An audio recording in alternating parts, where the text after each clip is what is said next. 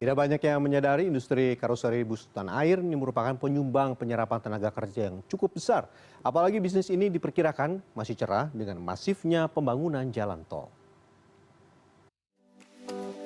Dunia karoseri bus tanah air tak lagi bisa dipandang sebelah mata.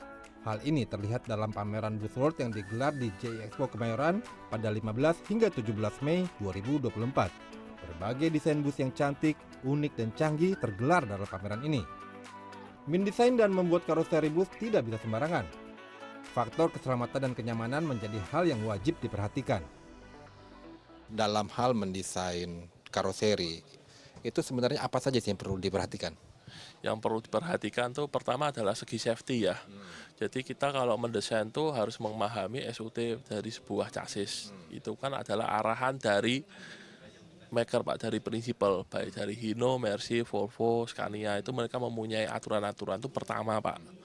Jadi aturan-aturan Indonesia nggak boleh dilanggar, aturan dari prinsipal juga tidak boleh dilanggar, karena itu untuk menjaga safety Pak. Nah itu satu. Baru yang kedua kita harus memikirkan tentang keindahannya Pak. Karena di Indonesia ini kan berbeda ya, jadi orang itu harus kelihatan tuh beda, itu harus ada eksistensinya. Jadi keindahan tuh sangat menjadi krusial selanjutnya Pak. Jadi safety dulu, tapi kalau nggak indah juga Gak laku juga. nggak laku juga gitu. Industri karoseri bus tanah air sebenarnya bisa menjadi andalan penyerapan tenaga kerja. Saat ini, jumlah bengkel karoseri yang tercatat di Asosiasi Karoseri Indonesia ada lebih dari 400 buah. Setiap bengkel bisa menyerap 500 hingga 1.500 tenaga kerja.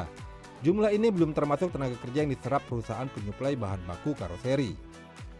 Kita itu salah satu penyerap tenaga kerja paling banyak. Industri penyerap tenaga kerja paling banyak di Indonesia. Kenapa? Semua yang Bapak lihat di sini itu pasti ada pekerjaan tangannya. Karena karoseri ini kalau kita boleh bilang sebagian besar pengerjanya masih menggunakan manusia Pak. Hanya sebagian pengelasan yang udah rutin baru pakai robot, tapi lainnya semua masih pekerjaan manusia.